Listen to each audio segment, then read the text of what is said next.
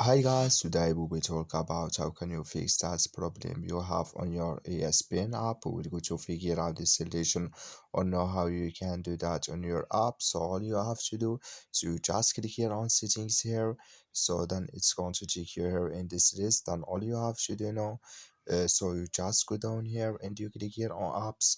So and you come to next step here or apps list. Then all you have to do is you just go down here and and here can you're looking for your ESPN app. We will click on it, so then it's going to take you here in this list or app info. Then you just click here on for stop, so then you click here on OK, and you go down here, you click here on storage.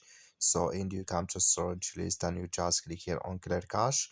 Then all you have to do now, so you just turn off your Wi-Fi and turn on it, then it's going to work with you. So that's all you have to do. Thank you for watching. Don't forget to support us by like and subscribe.